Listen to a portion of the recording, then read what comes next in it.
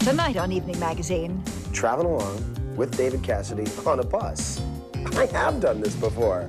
David Cassidy and Danny Bonaduce together once again. Hello, everyone. I'm Ray Murray. I'm Pat Shiraki. If you grew up in the 70s, you heard the Partridge Family put out its call to the world to come on and get happy. David Cassidy was the heartthrob Keith Partridge, and Danny Bonaduce was his red-haired younger brother.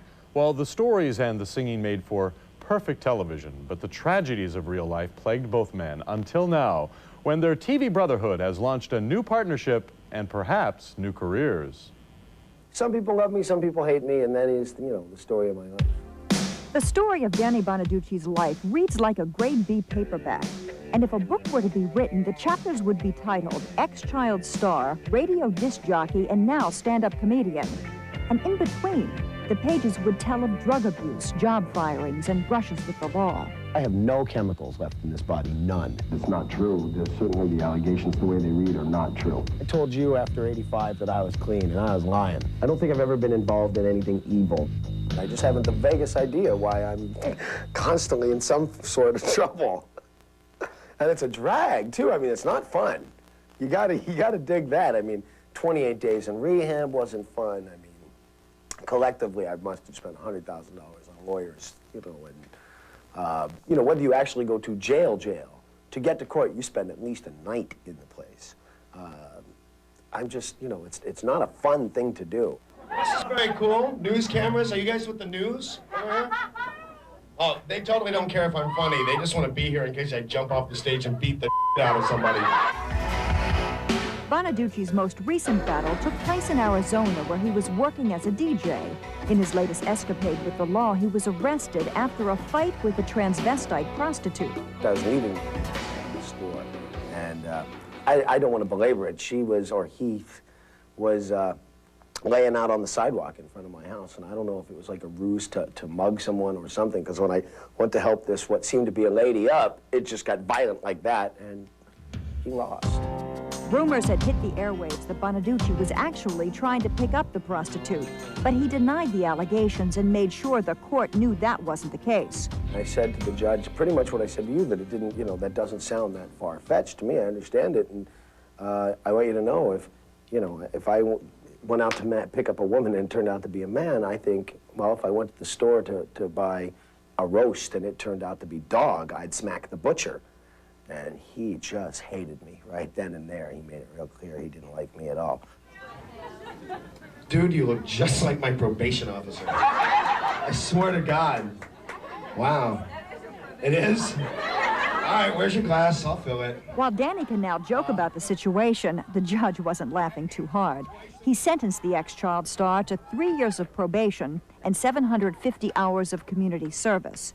It cost Bonaduce $50,000 in legal fees, his DJ job, and $5,000 to fix the transvestite's nose. I mean, I'm sorry. I mean, I wish I could have defended myself to a lesser degree. I'm really sorry this guy got his nose broken, but, I'm paying a huge amount of money for reconstructive surgery. By the time I'm done paying, this guy's going to look like Liza Minnelli. So, I mean, I feel, I don't have any great remorse over this. Ladies and gentlemen, the moment you've been waiting for, David Cassidy! Recently, Bonaduce caught a break. Friend and fictional TV Big Brother David Cassidy asked Bonaduce to be the opening act of his 1991 comeback tour. While the two played Keith and Danny Partridge in the early 70s, the big brother-little brother relationship never developed until Danny started getting into trouble. I just knew enough about him to know that he needed someone to reach out to him, and I called him and said, if there's anything I can do for you, let me know. I'm here for you. Play as loud as you're gonna play.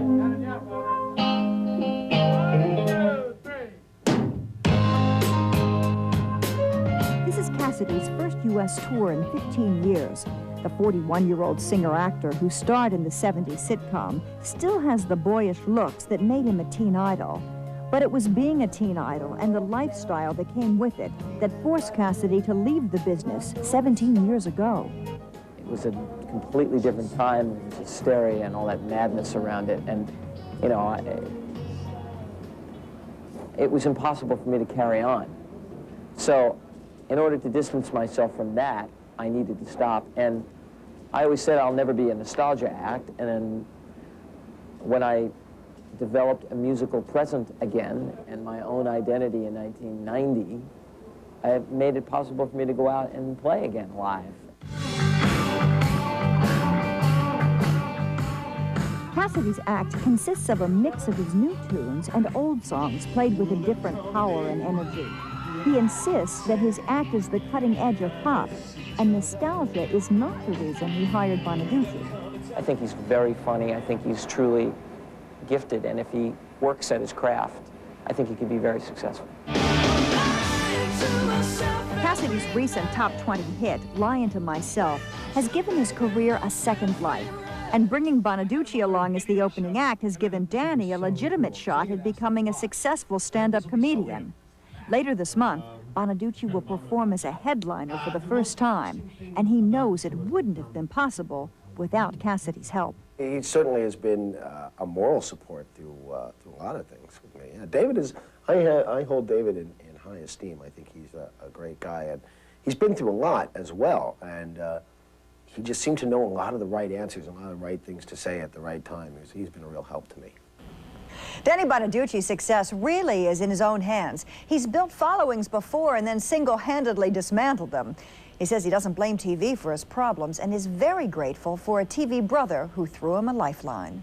Feel your touch again. I've been used to it. Hearts don't break, they just bend.